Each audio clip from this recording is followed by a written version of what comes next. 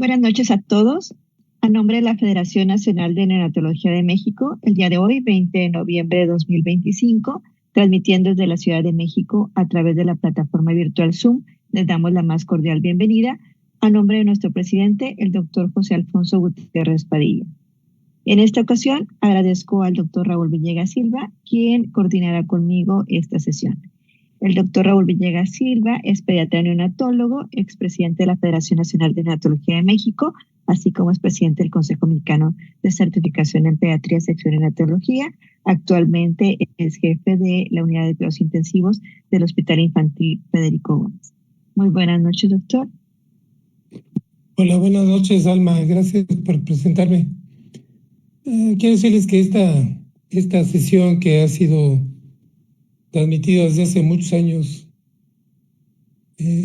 ha sido a través del beneficio de Alma Rosa Sánchez de la Vega, una pediatra neonatóloga del Hospital de Pediatría del Centro Médico Nacional Siglo XXI y que actualmente está en Tampico, Tamaulipas, y es jefe de los servicios de neonatología, de pediatría de la BN Española de Tampico y también del Hospital de Canseco de la Secretaría de Salud.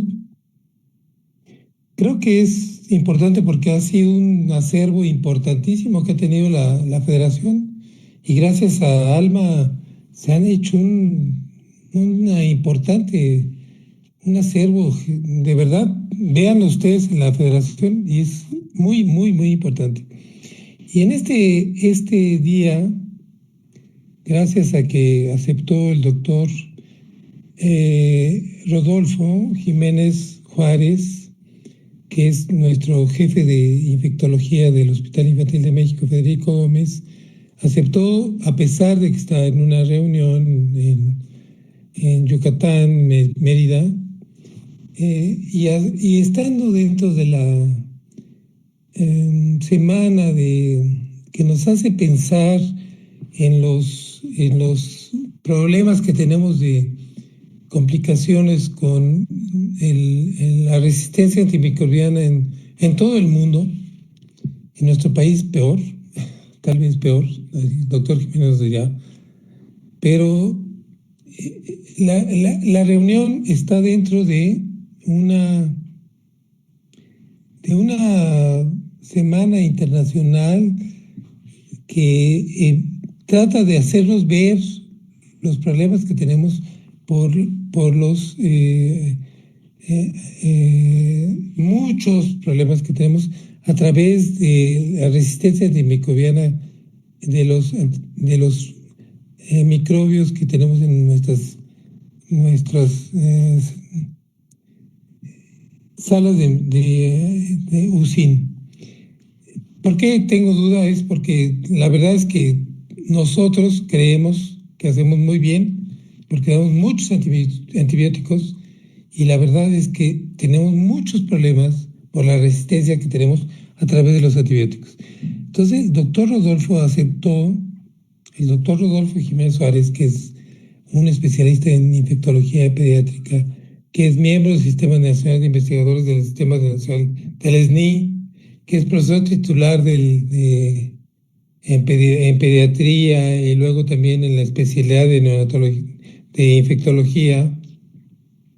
No es el profesor titular de infectología pediátrica porque la UNAM así no lo acepta, pero creo que es el agente, el personaje más importante en su servicio que nos acerca a nosotros los neonatólogos para tener una opinión muy cercana a la clínica, muy cercana a lo que vivimos día con día en la neonatología.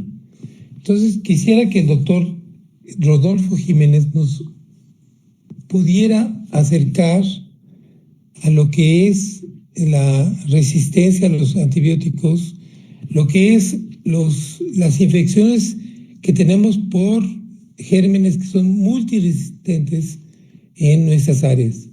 Todos tenemos una opinión acerca de los gérmenes multiresistentes. Entonces queremos que el doctor Rodolfo, que gracias que nos aceptó participar en esta reunión, nos diga su plática acerca de este tema. Muchas gracias, doctor. Muchas gracias, doctor Villegas. Muchas gracias por su amable presentación. Y pues bueno, vamos a dar esta charla que nos hicieron favor de invitarnos. Muchas gracias por la invitación. Ahí se ve, ¿verdad? Ya se ve. Listo. Entonces, vamos a empezar. Vamos a dar una charla de aproximadamente unos 50 minutos para que después tengamos opción de preguntas y respuestas. Va dirigida básicamente hacia los gram negativos, pero si llegara a haber alguna pregunta de otro tipo de microorganismos, con gusto, si estamos en tiempo, la podemos contestar. Y pues bueno, vamos a empezar. Para esta charla no tengo conflictos de interés y todo lo que digo es a título personal. Esta es la agenda. Vamos a tocar durante estos 50 minutos, 45, 50 minutos. Esto es lo que va a pasar. Algunas cosas podríamos pensar que están bien estudiadas y pues no es así. Bueno, la resistencia a los antibióticos es un problema que la Organización Mundial de la Salud la tiene como parte de las alertas para la salud global. Lo que se estima es que para 2050 va a haber más muertes por bacterias multidrogoresistentes que por cáncer, por ejemplo. Cerca de 10 millones de muertes. Ahorita se estima que puede llegar a haber hasta 1 millón de muertes en 2025. Los datos que les voy a presentar son previos, porque los análisis formales se van actualizando poco a poco. Y, por ejemplo, este es un artículo de carga de la enfermedad referente a resistencia a los antibióticos. Como ejemplo, los enterobacteriales, los dos bacterias más frecuentes en las infecciones nosocomiales son Escherichia coli y Klebsiella pneumoniae. Y en este sentido, aquí les pongo la parte de resistencia a carbapenémicos. El problema que tenemos nosotros actualmente se llama, por frecuencia, se llaman beta-lactamasas de espectro ampliado, es decir, que tengan un fenotipo de resistencia a cefalosporinas de tercera generación. Sin embargo, la alerta ahora, que ya es endémico de las beta-lactamasas de espectro ampliado en muchas partes del mundo, en muchas unidades de cuidados intensivos, tanto neonatales, pediátricos y de adultos, ahora el problema emergente es la resistencia a carbapenémicos, ¿sí? Y lo que representa que tengamos mucha resistencia a un fármaco es que utilizamos mucho. Ni siquiera voy a hablar de si está bien empleado o si está mal empleado. Simple y sencillamente lo utilizamos. Porque la resistencia bacteriana es un mecanismo de supervivencia de las bacterias que llevan millones de años en este planeta y que como parte de su genética tienen cómo defenderse de la biota que está alrededor de ellas, que produce compuestos biológicos, antibióticos, antibiota, que hacía que hubiera un equilibrio ecológico, ¿no? Precisamente de ahí, de Saccharomyces, termina saliendo de Penicillium se termina saliendo la penicilina, y a final de cuentas, aún en lugares que no hay antibióticos sintéticos, hay bacterias que tienen en su genoma genes de resistencia, como pueden ser la microbiota de los osos polares de la isla cerca de Groenlandia, como es la que ven ahí a su derecha de Groenlandia, entre Groenlandia y Reino Unido. Y también cuando se han evaluado a los aborígenes del Brasil, de la Amazonia, que no tienen contacto con la vida occidental, también ahí se encuentran bacterias que en su genoma tienen genes de resistencia a los antibióticos. Entonces, lo que hicimos los humanos fue potenciar esa genética para que se adaptaran y a los nuevos antibióticos se estuvieran generando mayores mutaciones y a final de cuentas mayores mecanismos de resistencia a los antibióticos.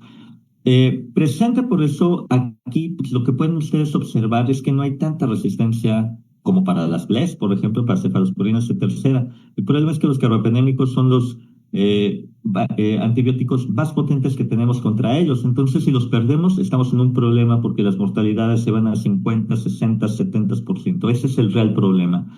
México, en relación a Klebsiella pneumoniae, anda entre un 15 y un 10% de resistencia a carbapenémicos, sobre todo en adultos, de acuerdo a este estudio, pero vean cómo India ya tiene un 50-60%, y de ahí salió una enzima que se llama, que es una metalo-beta-lactamasa que destruye los carbapenémicos, que incluso se llama New Delhi, que es la NDM.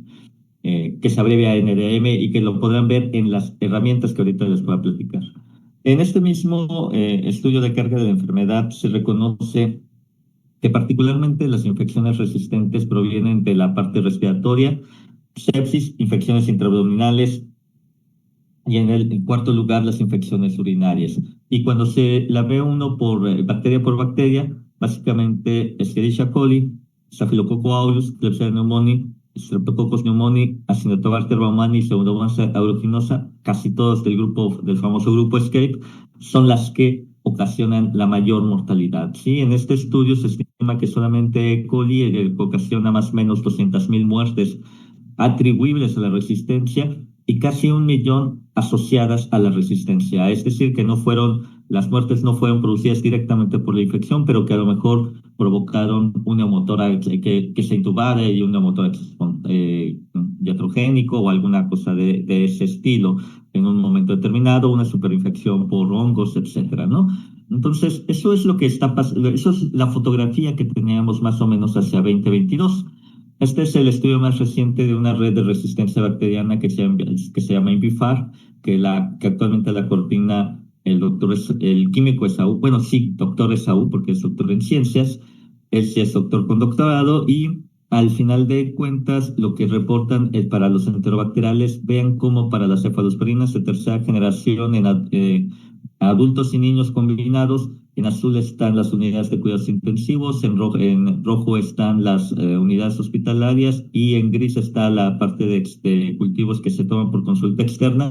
Vean cómo en los enterobacteriales el 50% son resistentes. En relación a Klebsiella pneumoniae es menor esa parte, en la parte hospitalaria sí llega al 60%, pero vean cómo para los carbapenémicos en esta red, cuando menos, no pasa del 10% en este sentido. Sin embargo, el que se infecten por una bacteria que no tiene como opción carbapenémicos y que generalmente tampoco tiene opción piperacina, tazobactam, quinolonas y cefalosporinas de tercera y cuarta generación es una muy mala noticia porque se disminuyen las opciones más efectivas de tratamiento y las opciones de tratamiento son claramente mucho más tóxicas que esto.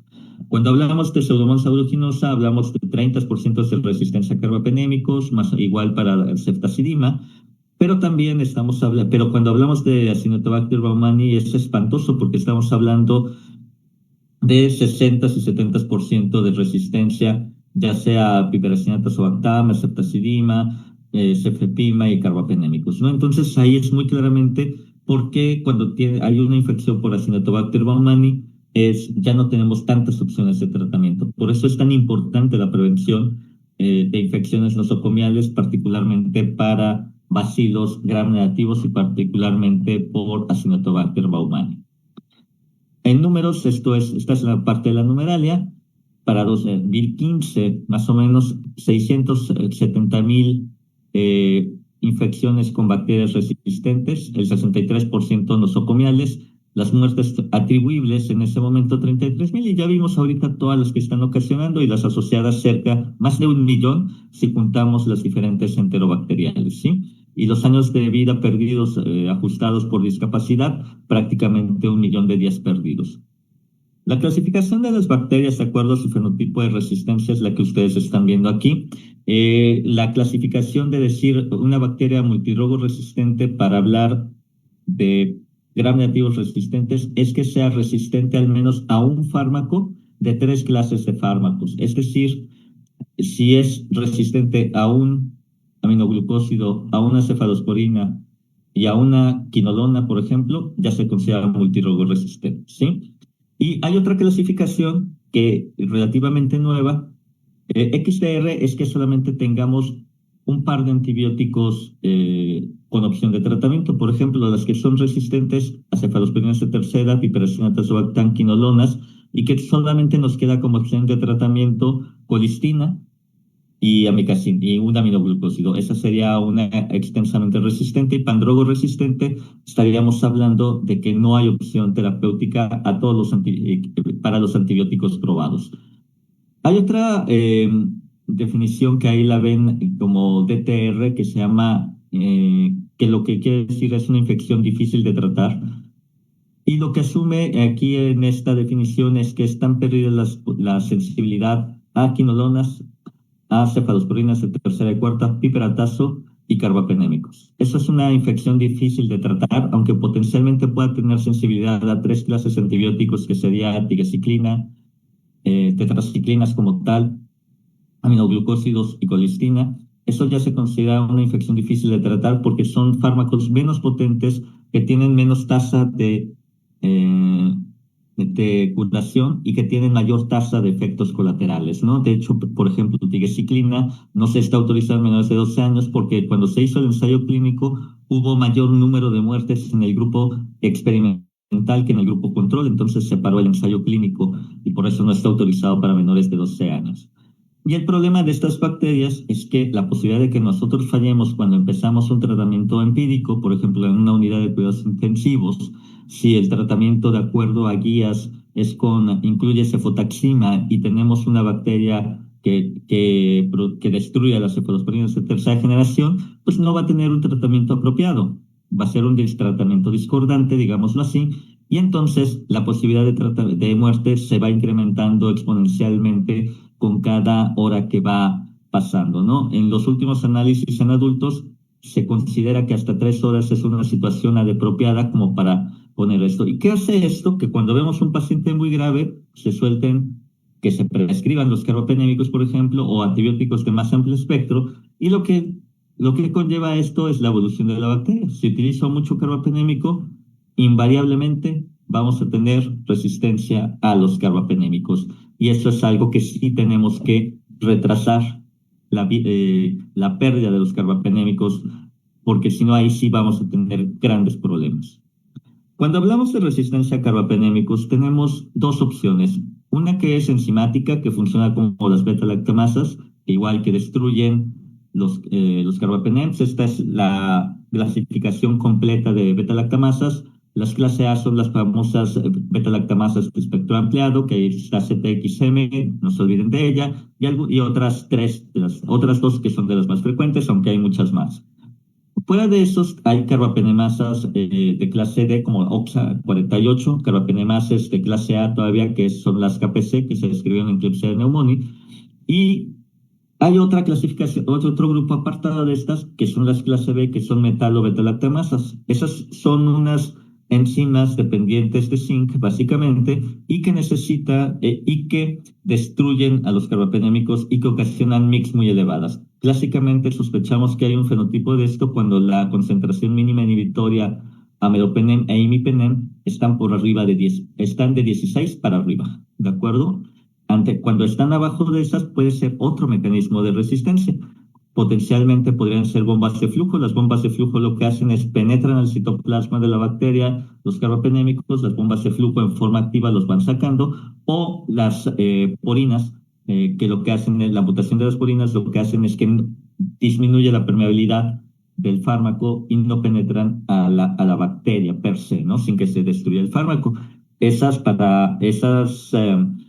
situaciones que todavía tendríamos opción de incrementar la dosis o hacer infusiones prolongadas para ese tipo de bacterias. Sospechamos ese fenotipo de resistencia cuando la MIC cae en la clasificación de resistencia, por ejemplo, 4, 8, pero no tiene más de 16. Ahí es donde sería factible dar dosis altas y infusiones continuas o prolongadas. Y esto es lo que termina viendo de los carbapenemasas de clase A, particularmente las famosas KPCs, que están descritas aquí en México. Aquí lo que hay es una carbapenemasa tipo G, está descrita también las KPC. De esas hay subclasificaciones y para los infectólogos es importante, no los voy a aburrir con esa parte, para nosotros como infectólogos sí es importante porque a partir de ahí podemos seleccionar algunos antibióticos beta-lactámicos de los novedosos, de que ya son última línea de tratamiento, como ceftriaxona tazobactam o ceftazimab-avibactam. Va a venir aceronam, avibactam también, esperemos el siguiente año, tal vez para 2027, que va a ser importante. Ahorita les voy a platicar por qué. ¿De acuerdo? Y esto es lo que hay de las clases B, las metalo beta-lactamasas, que están mix muy elevadas y que no son susceptibles de tratarse con dosis altas de carbapenémicos. ¿Sí? Estas son algunas de las iniciales que tienen, imipenamasas, tipo BIM y New Delhi Metallo-Beta-Lactamasas, que es la NDM, que empezó en la India y de ahí se diseminó al mundo. Y para que tengan una idea de qué tan rápida es la evolución como parte de la historia de la resistencia a los antibióticos, cuando se autoriza el PNM por ahí del 95-96 y en el 98 se describe la New Delhi. Cuando era residente ya estábamos leyendo un poquito de que era algo que preocupaba, pero de ahí en estos últimos años es un problema a nivel mundial las carbapenemasas. Esto es lo que incrementa una infección difícil de tratar eh, sobre una bacteria que sea multirogo resistente, pero que sea sensible a cefalosporinas, a carbapenémicos o a fluoroquinolonas. A final de cuentas, eh, puede incrementar un 40% la posibilidad de muerte, ¿sí? Como ya les dije, hay posibilidad, cuando es una bacteria resistente, tenemos más posibilidad de que no prescribamos un tratamiento discordante. Este fue una corte retrospectiva en el cual participamos con Reino Unido en un multicéntrico a nivel mundial.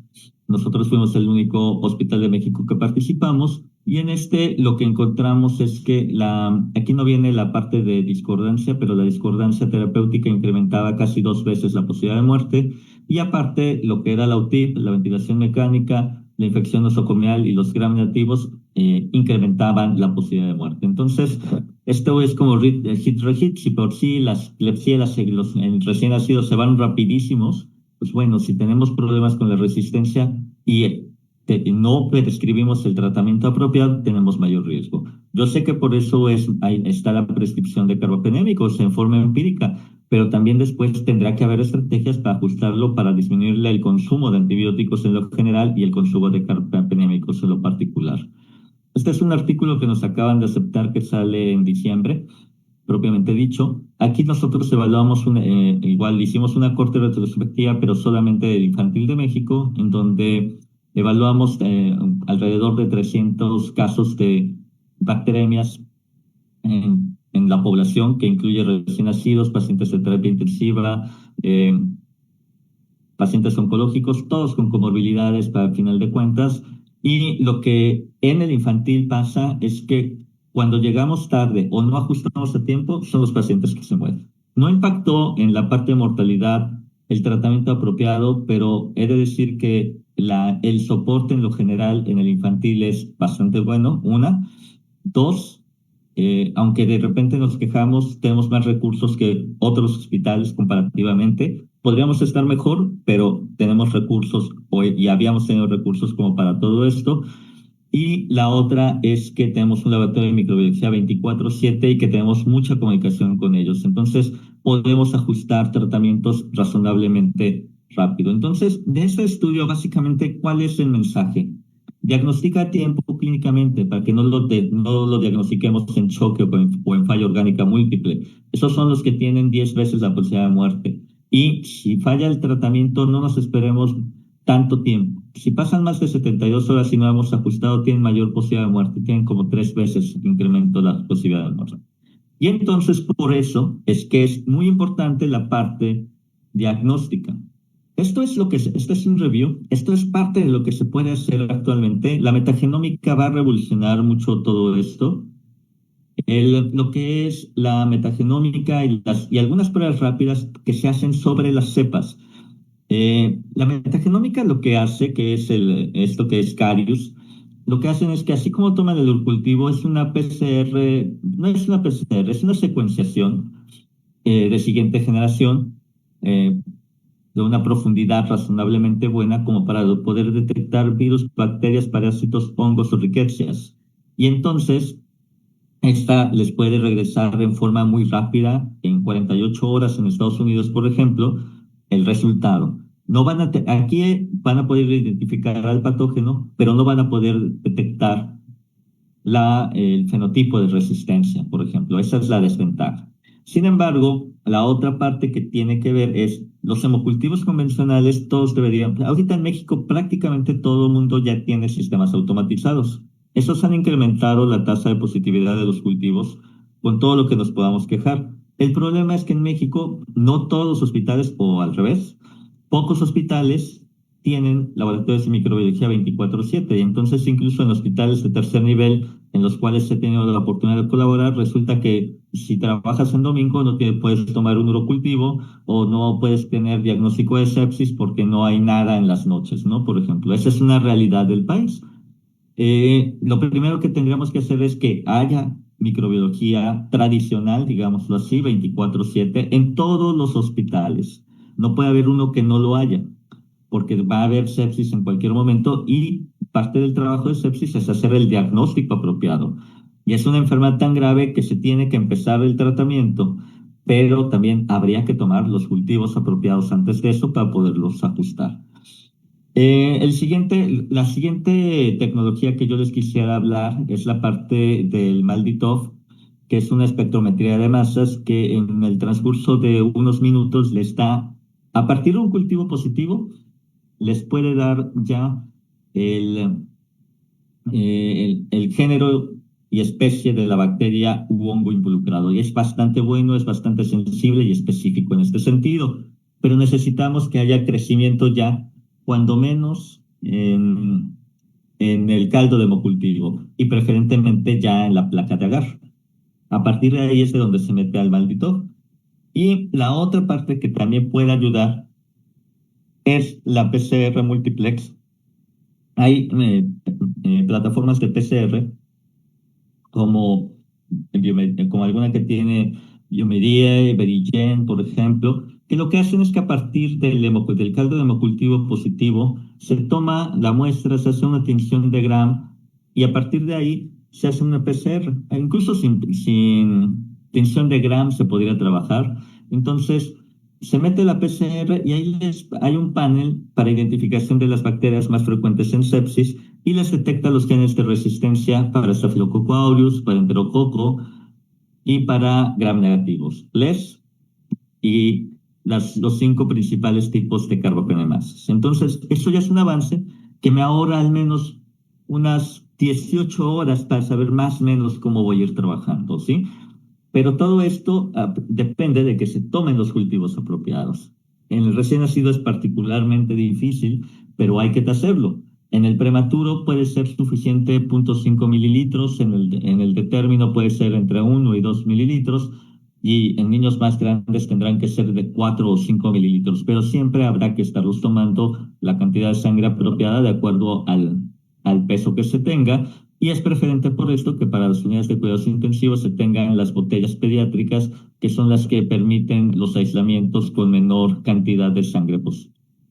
Esto es una evaluación de la plataforma de BioFire, en donde se utilizó la PCR multiplex para verlo. Entonces, a partir de ahí, en una hora de positividad, ahí se comunicaba al grupo de Antimicrobial Stewardship, o PROA aquí en español, y a partir de ahí había que hacer una interpretación y una decisión de tiempo real para decidir qué se iba a prescribir, ¿sí? Entonces, eso llegaba al paciente en aproximadamente 2 horas. Lo que se encontró es que claramente el tratamiento apropiado incrementó de menos del 20 al 40% en el transcurso de 12 horas aproximadamente.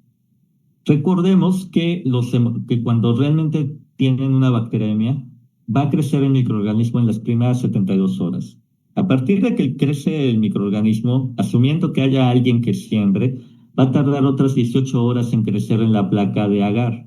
Y a partir de ahí va a tardar otras 18 horas para que nos den el fenotipo de resistencia. Eso nos lleva al menos 36 horas, si bien nos va, a partir de que crecieron. Esta PCR nos ahorramos entonces 34 horas, porque a partir de que crece, yo meto el cartucho y en menos de 2 horas voy a tener el resultado, ¿sí? En el Hospital Infantil de México, igual que en muchas instituciones de salud, siempre es deseable tener de todo y demás, pero cuando menos en la parte de microbiología hemos logrado tener una buena colaboración con el laboratorio en este sentido para ver qué es lo que necesitan los pacientes. Entonces, precisamente como durante la pandemia empezaron a incrementar los resistentes a carbapenémicos, lo que nosotros decidimos es esto. A partir del hemocultivo positivo se usa una tinción de Gram, se hace una tinción de Gram. Si es Gram positivos, no le hacemos la PCR, porque no tenemos problema de resistencia a vancomicina o al imisolid en un momento determinado, ¿sí? Y la tasa de resistencia a oxacilina también es baja. Entonces, ahí hacemos marcha microbiológica habitual y la decisión clínica es fundamentada en factores de riesgo, ¿de acuerdo? Pero si observamos que eran negativos, metemos la PCR, que es este panel BCI-D2, y de ahí básicamente podemos tener tres escenarios que aquí yo les tengo este diagrama con dos. Primero les platico el primero. Si no detecta absolutamente nada, prescribimos de acuerdo a factores de riesgo. Ejemplo, un recién nacido que llega con una sepsis neonatal, pues tendríamos que tenerlo con, puede ser aminoglucósido o una cefalosporina de tercera generación, podríamos tenerlo ahí, pero un oncológico que está chocado, vamos a hablar del recién nacido, un recién nacido que acaba de terminar cefepima, por ejemplo, por cualquier razón, hace 48 horas y ahorita tiene síndrome de sepsis, y no me detectó nada, de todas formas lo voy a dejar con carbapenémico en lo que lo puedo ver, porque CTXM, si bien es la enzima más frecuente, no es la única. Entonces, como no he detectado las otras beta-lactamasas de espectro ampliado, me voy con la parte clínica, ¿sí? Igual pasa con niños más grandes, por ejemplo, con neutropenia y fiebre con cáncer, en el paciente que está con choque séptico, independientemente de esto, tendrá que estar desde el inicio con un carbapenémico. En cambio, si este paciente sale positivo para carbapenemasas, tengo que dividirla entre metalo-beta-lactamasas y no metalo-beta-lactamasas. ¿De acuerdo? Entonces, si es KPC u OXA48, puedo utilizar ceftazidima avibactam. Si es NDM, BIM o IMP, tengo que utilizar colistina más menos amicacina, que es lo que hay en México. Para pronto, eso es lo que habría que ver. Hay otro fármaco nuevo que es ceftalozona tazobactam, que puede ser útil para resistentes a carbapenémicos, pero ese se tiene que utilizar cuando es resistente a carbapenem, pero es carbapenemasas negativo. Entonces, hasta que no tenemos el fenotipo de resistencia de carbapenem, el fenotipo de resistencia es cuando, y la detección negativa de carbapenemasas es cuando podríamos decidir si podemos utilizar este fármaco. Entonces, a final de cuentas, lo que nosotros, ya no está probado ceftalozona tazobactam, aparte en niños, menos en neonatos, entonces lo que nosotros utilizamos es ceftazidima avibactam en este sentido. Nuevos antibióticos entonces para todos estos problemas. Pues el problema es que no hay. Yo sigo esperando que lleguen nuevos antibióticos, pero también que lleguen los viejos, porque no hay cefazolina, que es diferente a cefalotina. No hay dicloxacilina ni oxacilina en el mercado. No hay astrionam de los viejos. No hay amoxicilina clavulanate intravenoso y tampoco amoxicilina subactam intravenosos. Y de los nuevos, polimixina B tampoco es nuevo. Hay polimixina B ya en el mercado, hay colistina, son tóxicos. Hay ceftazidima avibactam, hay ceftazona tazobactam y es todo lo que hay. En el mundo hay otros como cefedericol, como imipenem, relebactam, pero en México no los tenemos disponibles. Y para la epidemiología de México, que la resistencia a carbapenémicos tenemos muy alta, creo que el que viene que puede solucionar algo de esto es es Astrionam avibactam, que va a cubrir tanto las cepas que dan beta-lactamasas de espectro ampliado, como las cepas que son resistentes a carbapenémicos por metalo-beta-lactamasas, por ejemplo. ¿Sí? Otro problema que hay con los nuevos antibióticos es que cuando se evaluaron en infecciones susceptibles y con enfoques de inferioridad. Esto quiere decir que no intenté probar que los nuevos antibióticos eran mejor que los carbapenémicos o piperacina tazobactam, que fueron los comparadores. Y entonces, pues sí son márgenes de no inferioridad que los cumple el criterio en un momento determinado, pero tampoco son mejores, o sea, no son peores que carbapenémicos, es todo lo que pasa, ¿sí? Entonces tampoco pueden suplirlos, o bueno, podrían suplirlos para las BLES, para intentar que se quede la sensibilidad a carbapenémicos, ¿no? Como un sparring, una intención de no prescribir tanto antibiótico, ¿no? Para infecciones de vías urinarias, por ejemplo, en revisión sistemática con metaanálisis de los ensayos clínicos aleatorizados, hubo mucha heterogeneidad, porque ahí, como pueden ver, hay diferentes fármacos en evaluación: ceftazidime, ceftalozona, imipenem, relabactam, cefepina, emtetazobactam, por ejemplo, que es un fármaco muy interesante, pero que todavía no está en fase 3. Y básicamente lo que vieron es que para la parte de la cura clínica, pues sí es mejor para los nuevos antibióticos, en lo general para ellos, ¿no? Y la cura clínica es más o menos similar. En este otro estudio, lo que hicieron es compararlos en infecciones intraabdominales, y básicamente tanto eventos adversos como cura clínica fueron bastante similares a los comparadores, ¿sí? Cuando evaluaron ceftazidime y Viactam en los análisis por subgrupos en menores y mayores de 18 años, prácticamente no hubo diferencias entre uno y otro. También se evaluó la erabacilina, que es un derivado de una oxitetraciclina también.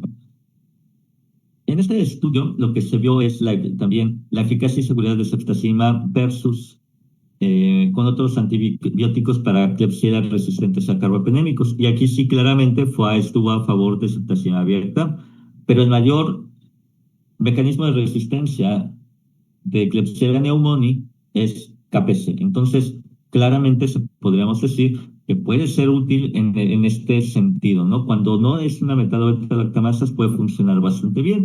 Y también en bacteremias, por ejemplo, disminuyó la muerte en todas las infecciones, y en mortalidad en bacteremias en forma consistente. Disminuye casi un 70% de la posibilidad de muerte comparado con otros fármacos cuando son resistentes a carbapenémicos. Entonces sí es importante tenerlos ahí, ¿no? Y cuando se evalúa versus polimixinas, pues está a favor. Los efectos adversos son las cura clínica, estos son efectos adversos. Está a favor de ceftazidime y Viactam. Hay más efectos colaterales en polimixina. En la mortalidad es mayor. Y el ceftericol, que es es un derivado de las cefalosporinas, lo que quela el hierro. El problema es que no ha podido. Se pensaba que este podría ser como nirsevimab, que es un cambio o la vacuna contra rota que iba a cambiar el juego.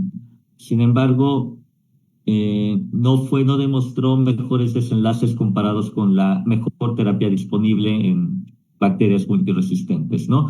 En algunos de los ensayos clínicos, el subanálisis de metalobeta-lactamasas tampoco lo fue. Hay un análisis pequeño epidemiológico que reportó mejor supervivencia comparado con polimixinas, básicamente porque en el adulto le pega muchísimo al riñón las polimixinas. Y en uno de los ECAs más recientes, de los ensayos clínicos aleatorizados, no es mejor que la atención estándar para resistencias a carbapenémicos. Entonces, ¿qué es lo que deberíamos hacer para el uso apropiado de los nuevos antibióticos? Primero, entender que la parte de la microbiología ya entramos a una parte molecular. Entonces, creo, particularmente todos los que trabajan en unidades de cuidados intensivos, neonatales, pediátricas, de adultos, deberían de tener asignado un infectólogo que colabore con ustedes. Y creo que esa es la mejor palabra, la colaboración. La parte interdisciplinaria siempre ha demostrado que puedan mejorar los desenlaces clínicos en diferentes patologías. La otra, saber que ya necesitamos no solamente el fenotipo de resistencia, cuando menos necesitamos, por colorimetría, por ejemplo, detectar si hay genes o no hay genes de resistencia a carbapenémicos. ¿Qué están haciendo ahorita en Alemania, por ejemplo? En Alemania, desde los congresos de la Asociación Americana de Pediatría de hace unos 7 años, previos a la pandemia, ya estaban presentando los resultados de un estándar de atención que ellos tienen, en donde en el cultivo positivo se siembra, bueno, se hace la resiembra, pues, y de la bacteria meten la identificación y el fenotipo de resistencia por un lado, y del otro lado genoma completo. Entonces, ¿qué es lo que van a tener? A las 18 horas tienen el fenotipo de resistencia, y a las 24 o 48 horas tienen los genes de resistencia a los antibióticos derivados del genoma completo. Y entonces ya van a poder estar todo eso. Para eso la interpretación se necesita con un poco más de conocimiento para que se le pueda sacar jugo a este sentido, y precisamente por eso es que la parte de interdisciplinariedad va a jugar cada vez mayor importancia en los pacientes complejos. Y uno de los pacientes más complejos es el recién nacido, porque cambia la biodisponibilidad de los medicamentos, cambia un poquito la fisiología, cambia la penetración a determinados lugares donde puede estar la infección.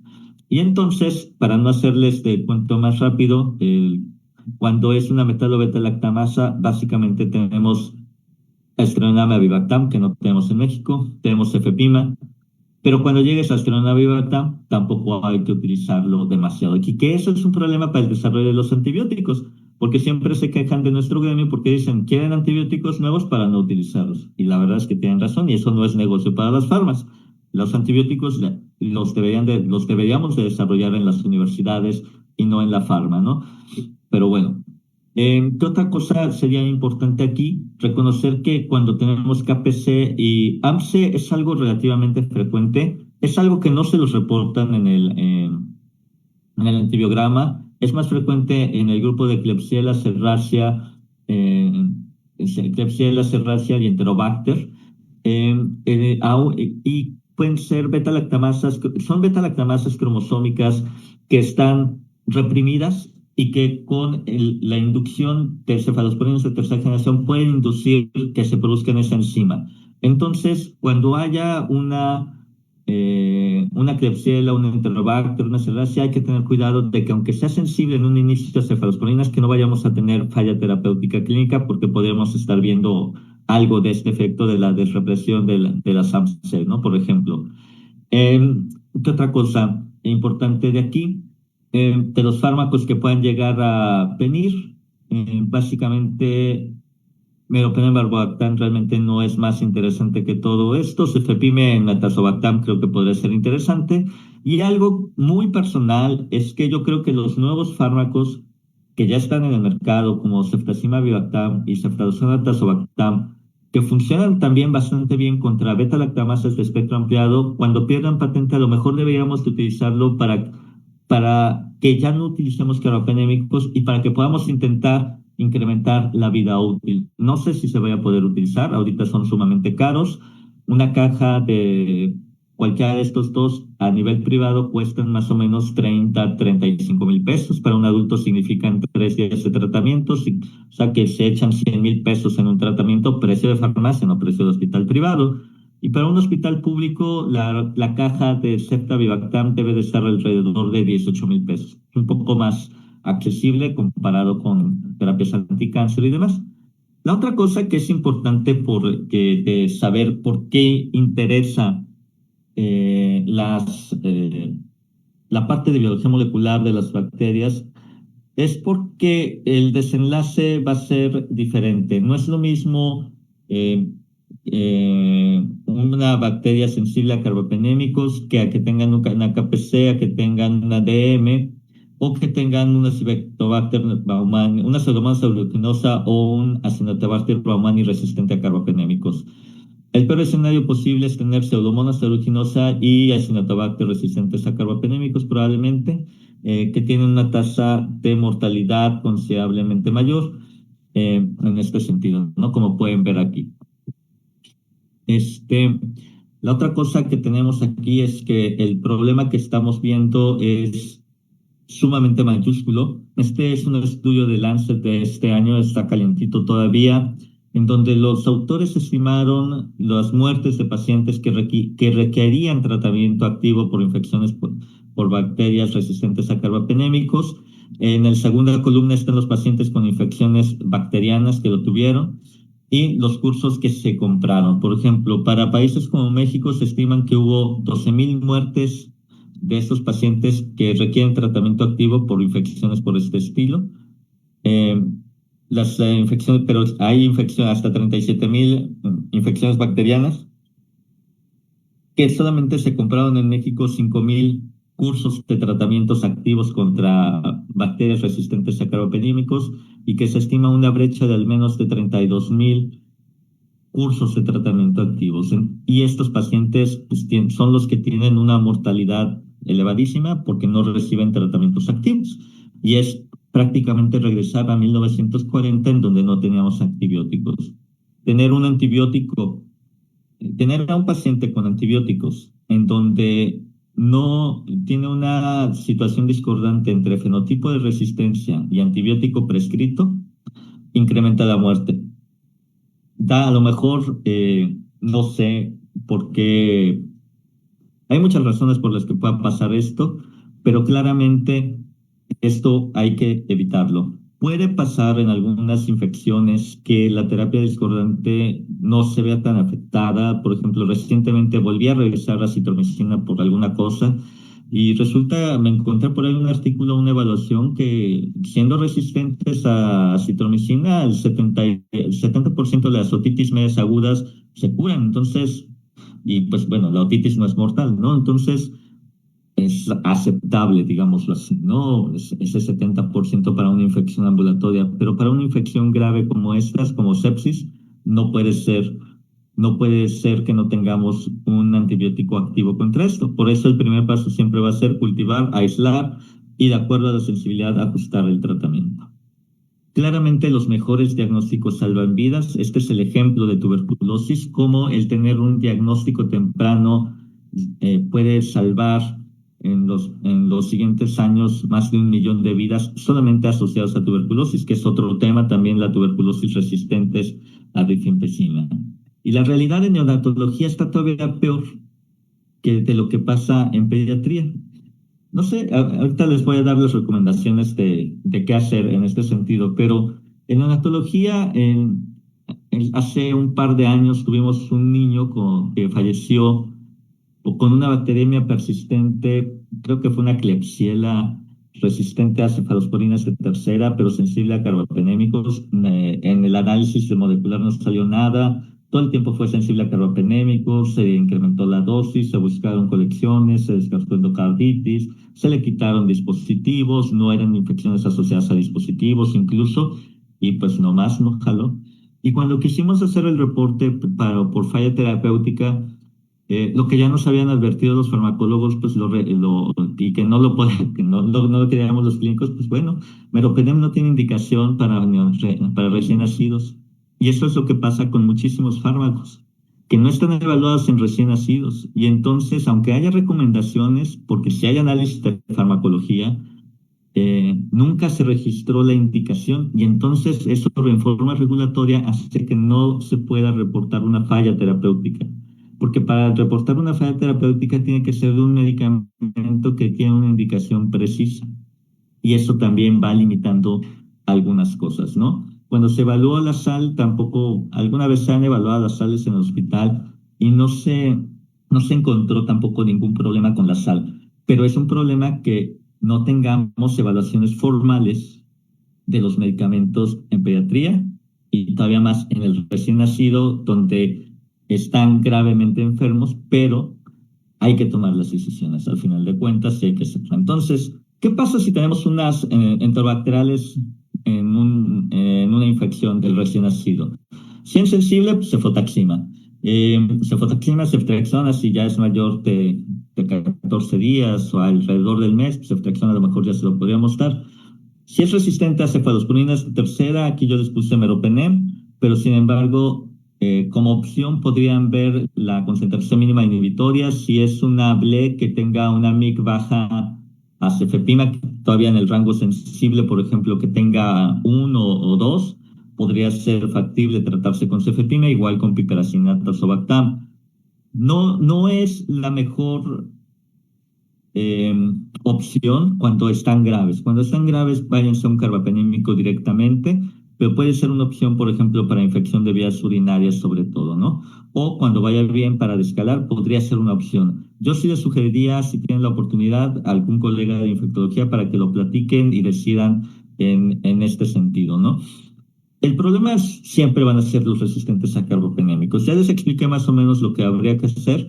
Habría que ver la parte molecular presente con todo lo que ustedes tienen que estar controlando la unidad de cuidados intensivos, de las variables fisiológicas y demás. Creo que vale la pena que le hablen a alguien que esté actualizado, que pueda ver la parte molecular de este tipo de bacterias, que se puedan enviar las bacterias a determinarlo, pero en forma rápida, como les decía, con estas plataformas es más barato decidir qué le voy a poner que a que yo le esté dando escopetazos a una bacteria que no le va a hacer nada y que voy a perder. Incluso desde el punto de vista monetario, es más costo efectivo meterle 4.500 pesos, que es lo que vale ese cartucho, a un hemocultivo, que estar dando escopetazos y que no tenga una efectividad con el fármaco que voy a estar utilizando. En el caso de Pseudomonas aeruginosa, ceftazimima sí es sensible, resistente a cefalosporinas de seda, hay que ver lo que les decía, la microcefepimepiptazo, inicia carbapenémico, si es resistente a carbapenémico exactamente lo mismo. Y hay otro escenario que es complicado, porque no tenemos fármacos aprobados para pediatría, bueno, pues sobre todo para el recién nacido, si tenemos una infección por Stenotrofomonas maltophilia. Entonces, si tenemos una infección grave por Stenotrofomonas, podemos utilizar ciprofloxacino, levofloxacino o trimethoprim con sulfamethoxazol.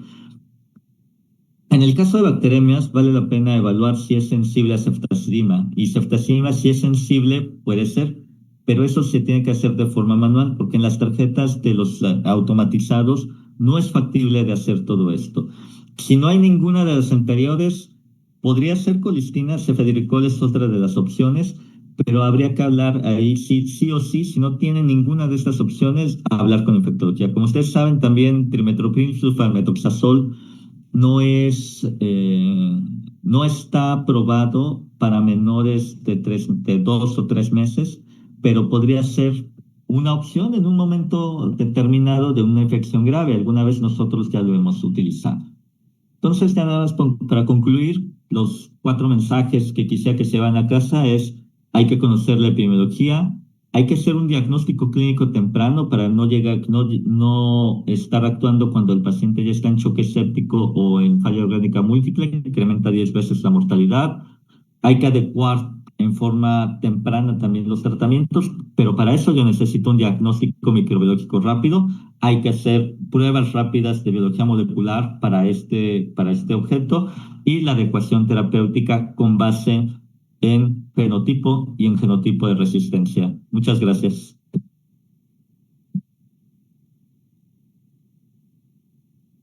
Muchísimas gracias, doctor, por su plática. Creo que bastante interesante y completa, pero como usted dice, lamentablemente en México y en muchos hospitales, sobre todo que no son de tercer nivel, carecemos de microbiología 24/7.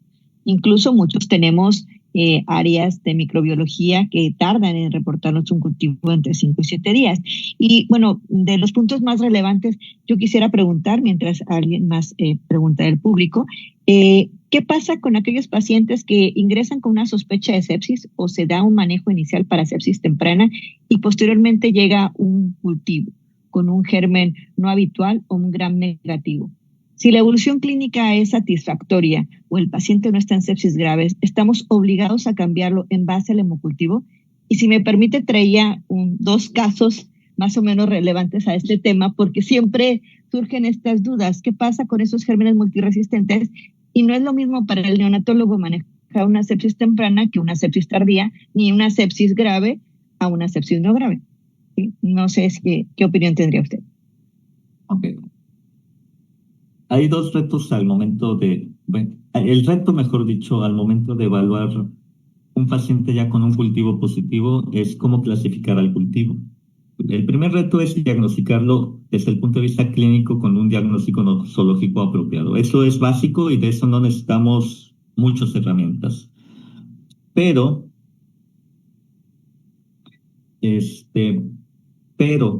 en la parte de microbiología podemos evaluar que puede ser una colonización de un dispositivo, una contaminación o que sea el causal de la enfermedad, ¿sí? Entonces, eso es lo que hay que clasificarlo. Una contaminación, por ejemplo, podría ser de un hemocultivo periférico, tiene un niño invadido, toman cultivos de catéter, de sangre periférico, sale algo poco habitual, y entonces, si es poco habitual y si va llegando sobre todo, pues la posibilidad de que sea causal es muy remota. Entonces yo creo que ahí tendríamos que irnos empírico. La otra posibilidad es que ustedes tengan un paciente al revés, ahora con los cultivos al revés. Agarran del catéter, agarran periférico, lo agarran del catéter y tienen un estafilococo epidermidis. El tratamiento ahí, y no tiene datos de sepsis, o tiene sepsis no grave, digámoslo así, tiene una infección intraabdominal, por ejemplo, entonces es claro que hay que cubrir básicamente la infección intraabdominal, aunque se haya cultivado todo. Entonces ahí la interpretación sería, tengo una colonización, por ejemplo, o sale el microorganismo de la enterogermina, que ahorita se me fue el nombre, que bacilos gram positivos, por ejemplo, esa es una contaminación. Si sale un staph epidermidis que como que no sugiere que sea todo esto porque el foco clínico es abdominal, no colige, entonces la interpretación sería, esa es una colonización, puede desarrollar una infección, una bacteria relacionada al catéter, sí, entonces, si puedo, quitarle el catéter, si el paciente lo permite. Y tercera, un niño que llega con sepsis, ya sea grave o no grave, que retorna el cultivo positivo periférico o periférico, bueno, periférico hablando primero de esto, entonces es una sepsis por una E. coli, por ejemplo, que sería la tradicional, o un paciente ya que está en el hospital, que está invadido, agarro cultivos pareados, catéter, periférico, sale una Klebsiella, un Enterobacter, son de los tradicionales de infecciones nosocomiales, tengo que ver cuánto tiempo, si hay diferencia en los tiempos de crecimiento, si hay de más de 2 horas en el crecimiento entre el catéter, que haya crecido primero el catéter y de más de 2 horas el periférico, eso es una infección relacionada al catéter. Lo puedo tratar de acuerdo al antibiograma, pero tengo que retirar el catéter. Sean las dos cosas. Tercer punto, ¿qué pasa con el niño que ya está bien? Lo empecé a tratar por sepsis y retorna al 7º día el cultivo. Hagámosle caso al paciente. No le hagamos caso al papel, hagámosle caso al paciente, ¿no? En este sentido. Y ahora la escucho con los ejemplos que trae, doctor. Sí, mire, doctor. Por ejemplo, es de un caso de un hospital segundo nivel. Tenemos una Burkholderia cepacia con este hemocultivo y con este antibiograma. El paciente tenía una sepsis, una sospecha de sepsis, pero el hemocultivo llega a los 5 días de vida. Una sepsis no grave. ¿Qué recomendaría usted de antimicrobianos? Porque ese siempre es basarse al antibiograma, ¿sí? Y que es pues casi todos indeterminados, o como usted dice, dejarlo a la clínica del paciente y a la evolución del paciente. Digo, aquí la pregunta sería, ¿qué tenía este paciente? O sea, ok, sí tiene sepsis, pero se fue al baño, literalmente nació en el baño, fue un parto fortuito y se cayó en la taza del baño. Fue un parto que se recibió en un hospital y no hubo problemas de asepsia, antisepsia, porque es un niño que ya está intubado desde hace mucho tiempo, porque Burkholderia es un patógeno que crece en lugares húmedos. Entonces, si tiene 2 días, por ejemplo, 3 días de nacido ese paciente, no tiene ningún factor de riesgo y sale una Burkholderia, no es lo habitual. No quiere decir que no pueda ser. Incluso hay inmunodeficiencias primarias que están asociadas a infecciones por Burkholderia, ¿no? Como la enfermedad granulomatosa crónica. Pero en este sentido, la pregunta es, ¿cómo lo tengo yo ahorita? Si regresó el hemocultivo al 5º o 7º día, ¿cómo lo tengo? ¿Lo tengo bien? Ya no le hago caso. Sigue mal. ¿Qué factores de riesgo tiene? Fortuito y se cayó al agua del baño, factible. Intubado con una neumonía y agarro este cultivo, factible. Ahí sí le tengo que hacer caso y tendría que elegir el antibiótico. La verdad, ya estoy medio ciego, doctora, no alcanzo a ver los fármacos, pero aquí hay los infectólogos sí vemos ahí la concentración mínima inhibitoria. Muchas veces que nada más ponen intermedios y resistentes, pues, está complicado de verlo. El tratamiento para Burkholderia que se recomienda es trimmetoprim y carbapenémicos, cualquiera de los dos. Entonces aquí lo que tendríamos que checar es cómo está, y quinolonas. Entonces tendríamos que checar cómo está para quinolonas y cómo está para Bactrim, cómo está para carbapenémicos. Sí depende aquí y depende de un poquito de la MIC. Por ejemplo, para imipenem tiene MIC de 4, para meropenem tiene arriba de 8, o sea, al menos 16. Para piptazo está perdida la susceptibilidad. Para trimetro, ¿dónde está trimetro? También es altamente resistente. Y para quinolonas, ¿dónde está? Arriba de 2 también. No está reportado. Que es de hecho, ciprofloxacina está arriba de 2. De hecho, está mal, ese es intermedio el resistente. Cuando empiezo a ver inconsistencias, hablaría con el laboratorio. Esa es otra recomendación. Se tienen que meter al laboratorio de microbiología. En el infantil de México, los residentes e incluso yo paso al laboratorio de microbiología. Cuando veo inconsistencias, hablo con las químicas. Y a veces, sobre todo las de la vieja guardia, hacen cosas todavía manuales. Y eso nos empieza a aclarar algunas cosas. Se empiezan a checar, o a veces hay heteroresistencia, empiezan a ver las cepas y demás.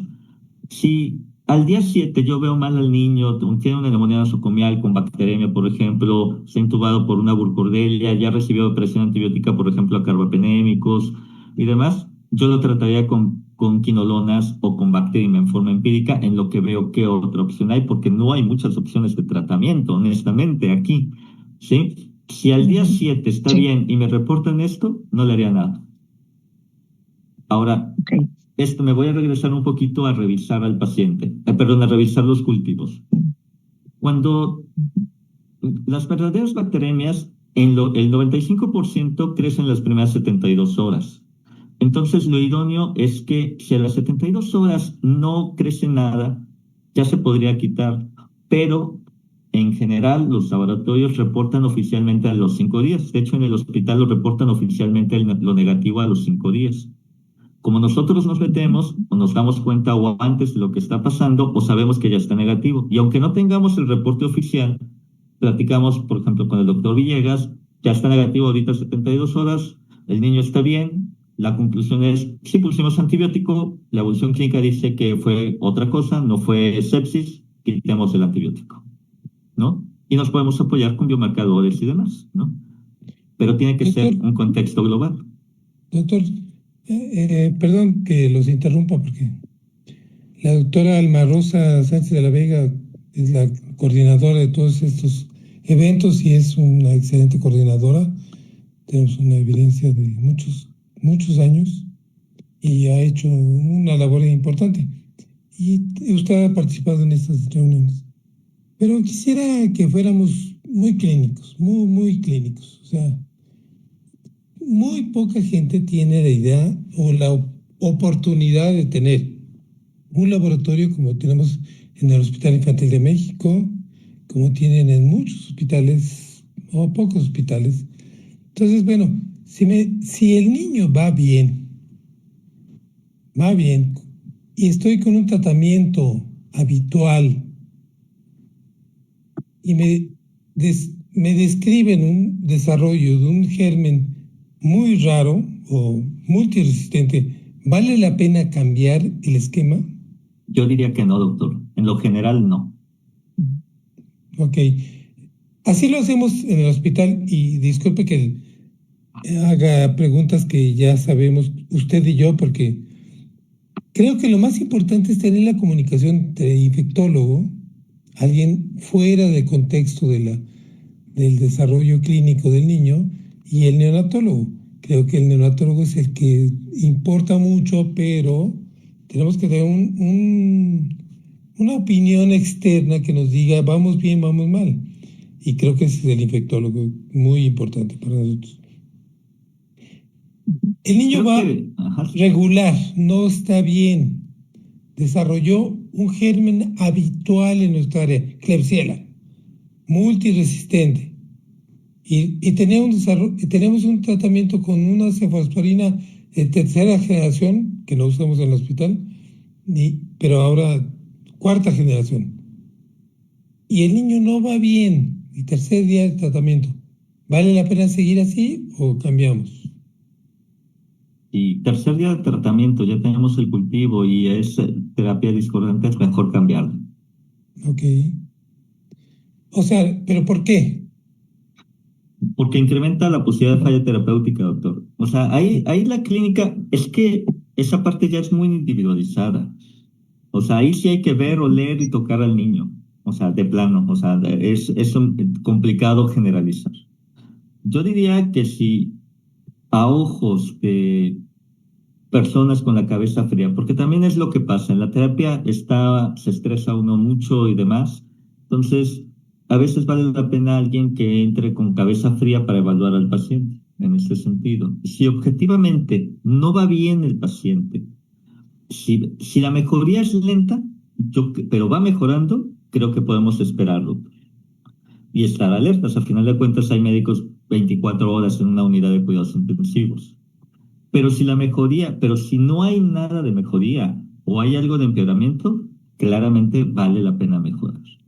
Como usted me la pone, está en un lugar muy intermedio, donde creo que ahí sí es muy individual y la decisión tiene que ser tomada, obviamente, a la cama del paciente una vez después de revisarlo, ¿no? Y es ahí donde cuando se presentan los casos con el retroscopio, es donde es más difícil de evaluarlos, porque a lo mejor no hay una respuesta tan correcta, porque en el momento en el que se evalúa al paciente a las 2 de la mañana, cuando uno está cansado y demás, toma uno una decisión. Después de haber dormido unas horas, de estar en mejores condiciones, comido y demás, a lo mejor toma uno otra decisión, ¿no? En este sentido. Lo que sí hay que hacer es reevaluarlos todos los días. Reevaluarlos para quitar o reevaluarlos para ajustar el tratamiento, ¿no? Muchas gracias, doctor. Creo que esto es un mensaje muy importante porque estamos acostumbrados a pensar que somos los únicos que pensamos, o sea, somos los únicos que evaluamos el paciente. Y creo que evaluarlo después de un tiempo es muy importante. En el hospital evaluamos después de un tiempo clínicamente, saber si va bien o va mal es muy importante. Entonces, creo que esto es un mensaje muy importante para los neonatólogos, que no solo tenemos que pensar ni en el cultivo, ni en que el paciente de ayer se puso mal y se murió por una Klebsiella, sino que el paciente de hoy, si le puso un tratamiento, tengo que esperar suficiente tiempo para saber si sus resultados es satisfactorio o no. Porque no todos los pacientes tienen los mismos gérmenes, no todos los pacientes tienen una complicación similar al que tuve antes. Entonces, creo que para nosotros que tenemos la posibilidad de un tratamiento antibiótico para nuestros pacientes, no vale la pena usar los antibióticos que están programados para gérmenes multiresistentes antes de que yo sepa cómo es la evolución del paciente, antes de que yo sepa cómo se desarrolla clínica y bacteriológicamente este paciente. Para mí es muy importante su opinión, lo que acaba de decir hace rato, porque para nosotros los neonatólogos es pensar que si no lo pongo ahorita, el antibiótico de última generación puede ser mortal para mi paciente, pero la verdad probablemente es que sea mortal para los próximos pacientes. No sé si Alma o el doctor Jiménez tengan la opinión de esto. Sí, de hecho hay un comentario de uno de asistentes. Dice, en UCIN es recurrente que los pacientes estén infectados con bacterias gram negativas multiresistentes que solo mejoran con el uso de quinolonas por falla terapéutica carmapénica. Si usted sugiere alguna recomendación para evitar esta recurrencia. Hay que lavarse las manos, hay que desinfectar, hay que desinvadir lo más pronto posible. Hay que poner el menor número de antibióticos posible, ¿no? En este sentido, ¿no? Eso serían las metas idóneas en un momento determinado. Y si no hay insumos para lavarse las manos, estamos en un problema, ¿no? Pero, o sea, la mejor prevención para gram negativos es la higiene de manos. Esa es la mejor opción, ¿no? Pero es muy importante esa pregunta. Creo que esa pregunta es fundamental porque usar quinolonas es como nuestra meta última. Y en el Hospital Infantil de México, estando el doctor Jiménez como jefe de infectología, nosotros hemos usado quinolonas, yo creo que menos de 10% en los últimos 5 años. 5 años. O sea, realmente es raro usar un antibiótico que se salga de las normas habituales de tratamiento. No quiero decir que quinolona es lo único, sino también el tapenem, otros antibióticos son sumamente diferentes a lo habitual, no tenemos que usarlos si no tenemos una evidencia sustantiva que nos apoye a usar este antibiótico. Y tenemos nuestra opinión acerca de esto, pero apoyada porque los infectólogos, el doctor Jiménez, está a la cabeza de un grupo de infectólogos que nos obligan a no usar antibióticos que se le ocurre al neonatólogo. Y esto creo que es muy importante. Alguien que está con cabeza fría y que no usa antibióticos que no deberíamos usar en nuestras terapias intensivas. No sé qué está. A ver, está en boga la ASP o los PROA. Yo quiero aquí ser cuidadoso con mi lenguaje, porque yo creo que es parte de los problemas. Estamos en la semana de la concientización del uso de antibióticos o del uso racional de antibióticos. A mí no me gusta esa palabra, porque como yo me llevo bien con mucha gente, yo veo la cara que me hacen cuando les decía, sobre todo además chavo, es que hay que utilizarlos de forma racional. De repente no todo el mundo lo toma bien, que de repente me estás diciendo que lo que yo interpretaba, si me lo estás diciendo que los uso en forma irracional o qué, ¿no? Entonces creo que la mejor opción de los antibióticos hay que verlos como una situación de un recurso no renovable. Si nos acabamos el agua, nos morimos porque no hay agua. Si nos acabamos los antibióticos porque las bacterias se hacen resistentes, los gram negativos particularmente a carbapenémicos, regresamos a 1940. Y ese es un problema para la medicina moderna. Entonces, creo que estos programas, la mejor descripción es uso apropiado de antibióticos. ¿Y qué quiere decir esto? Que si no lo necesita, que no lo ponga. Pero si lo necesita, que sí lo ponga y que use el antibiótico más efectivo y más seguro para ese paciente. Creo que eso debería de ser la máxima de los programas de optimización. Por eso son programas de optimización de antibióticos. ¿Todo el mundo tiene la idea que hay que restringir? Yo creo que no, porque incluso la restricción pega en la educación de quienes van a después a prescribir. Sí tienen que salir con la mente de que hay que utilizarlos con cuidado. De hecho, así es como está el logo de la ASP del infantil, úsalos con cuidado para utilizarlos mañana. Pero en este sentido, no quiere decir que no se vayan a utilizar. Pero creo que lo que se ha hecho en la UCIN es bastante importante.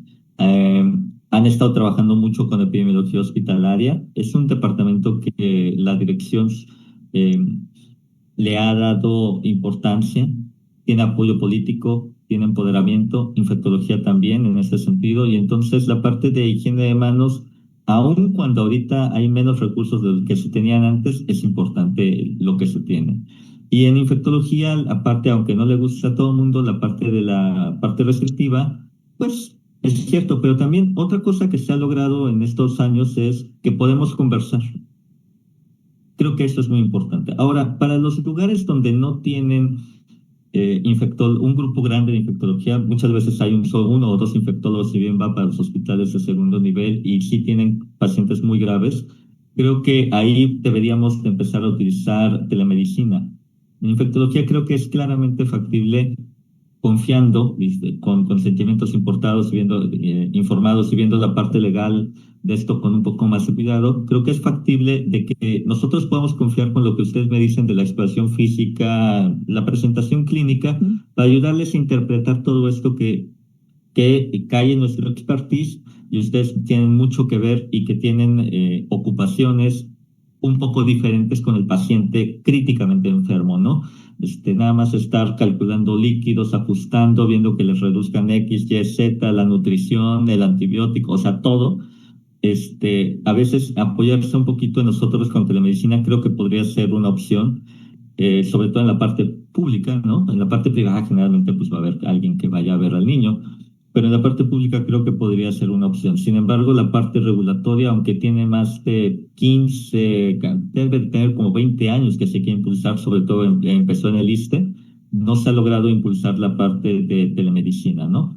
Y pues bueno, veamos, yo creo que hacia adelante vamos a estar haciendo telemedicina para este tipo de problemas.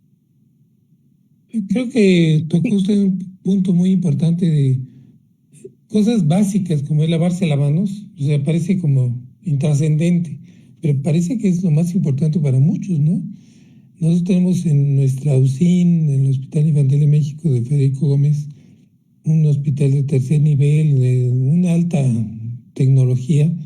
Tenemos una cantidad de grupos que entran a nuestras salas que no se lavan las manos, o sea, cirujanos que piensan que, no sé, son estériles porque se nombraron cirujanos o porque neurocirujanos o por lo que sea, y dejan de lavarse las manos. Entonces, si perdemos esos principios básicos con la atención de los pacientes, creo que no tenemos posibilidades ninguna de saber qué bacteriología tienen estos pacientes. O sea, qué se rascó en su piel o otras partes más íntimas los residentes que llegaron a explorar a este niño. No tenemos idea cuando no se lavaron las manos, no se las lavaron bien. Entonces, creo que los principios básicos, lo que comentó el doctor Jiménez, son fundamentales para que podamos establecer que los antibióticos no van a cubrir todas las posibilidades que tienen de infección nuestros pacientes que están en las UCINes. Sí, Perdón, en la parte de coméntanos prevención, muchas cosas. la parte de prevención yo creo que es lo más importante que hay, porque como ya vieron, no tenemos muchas opciones de tratamiento. Entonces, para no llegar a tenernos que quebrar la cabeza para el tratamiento, la mejor opción es prevenir. Entonces, en este sentido, todo lo que es los paquetes de prevención de infecciones nosocomiales es básico que se sigan lo más apegado posibles. No es tan sencillo, pero es lo idóneo. Hay un acrónimo que desarrolló epidemiología ahí del hospital que se llama PAPACHAR, que se escucha muy bonito, pero básicamente es desinvadir al paciente lo más pronto posible, para fines prácticos. El acrónimo yo creo que después se los puede pasar el doctor Villegas, pero aparte de que suena bonito porque es un abrazo del alma, significa que estás cuidando a tu niño, y cuidar a tu niño significa desinvádelo lo más rápido que puedas, ¿no? Si puede tener una venocrisis, que tenga una venocrisis nada más. Si necesita un PIC, que tenga un PIC. Si necesita intubación, más catéter, más hilo, etcétera, pues lo que necesite. Pero cuando no lo necesite, va para afuera, va para afuera, va para afuera, para quitar los factores de riesgo. Igual en los hospitales, algo que de repente se nos olvida y que no nos miden los administrativos es el tiempo de estancia. Debería ser un claro evaluación de calidad, porque yo debería tener en mi sala el menor tiempo posible a cada niño que está ahí, y nadie me reclama eso. Doctor, estamos sobre el tiempo, tenía otro caso que comentar, pero sobre todo esto era hacer el énfasis en cuanto a los esquemas de antibiótico en días, ¿no? A veces tenemos pacientes que tienen una sepsis temprana y ya cumplieron su esquema de tratamiento y llega a algún otro urocultivo o un cultivo no central y prolongan el tratamiento. ¿Qué opina usted acerca de los tiempos de los antibióticos de larga estancia? Que bueno, ya sabemos las recomendaciones habituales, pero eso también pues influye mucho en la resistencia y en la falla. El hecho de dar un día de antibióticos ya es romper la microbiota, y más de un recién nacido. Es favorecer el crecimiento de enterobacteriales y demás. Entonces, la idea es el menor tiempo posible. No tienen que terminar esquemas, en términos generales. Es decir, si yo empecé tratamiento por sepsis neonatal, porque lo vi mal, por lo que sea, pero mi conclusión, esto ya lo había comentado, si a los 3 días mi conclusión fue la falla cardíaca, no tuvo que ver una bacteria aquí, quítale el antibiótico. Así de sencillo, no necesita terminar. Tiene sepsis, me convencí de que tiene sepsis. ¿Cuánto es ahorita lo recomendado? Términos generales, 7 días, no más tiempo. Llega el urocultivo de control. La pregunta es, ¿para qué le tomaste el urocultivo de control? Si no tiene sintomatología, no hay que tratarlo. Las bacterias asintomáticas no se tratan. Es que le tomé un hemocultivo central de control. ¿Cómo está tu niño? Está estable, está bien. La interpretación. Parecería ahí una colonización, quitar el catéter, para que hacia adelante ya no se tenga. Es que está muy grave. Bueno, entonces regresamos a la clínica. ¿Qué tiene? Tiene la falla cardíaca, sí tiene un síndrome de sepsis, ¿y qué peso le voy a dar al cultivo? No, es que esa falla cardíaca no le puedo quitar el catéter. Bueno, no le quites el catéter, hay que monitorizarlo, hay que pasarle lo que le tengas que pasar, pero mientras tengas el catéter tienes riesgo de que te haga una bacteriemia relacionada al catéter. Entonces, por eso, desinvádelo en cuanto sea posible, en cuanto sea clínicamente posible para ustedes, ¿no? Y eso van disminuyendo los riesgos. Infección intraabdominal, Sí. control de foco, y en niños más grandes, 4 días podría ser suficiente, pero en términos generales yo diría no más de 7 días, 10 días a lo sumo, y para utilizar más de 10 días diría endocarditis, osteomielitis, abscesos no drenados. Si no cumple meningitis, si no cumple ninguna de esas, no deberíamos de dar más de 7 días de tratamiento. En lo general, tal vez 10 días para alguna cosa, ¿no? Pero no más de eso. Ok, pues muchísimas gracias, doctor, por su presentación. No sé si el doctor Villegas quiere cerrar con algún comentario.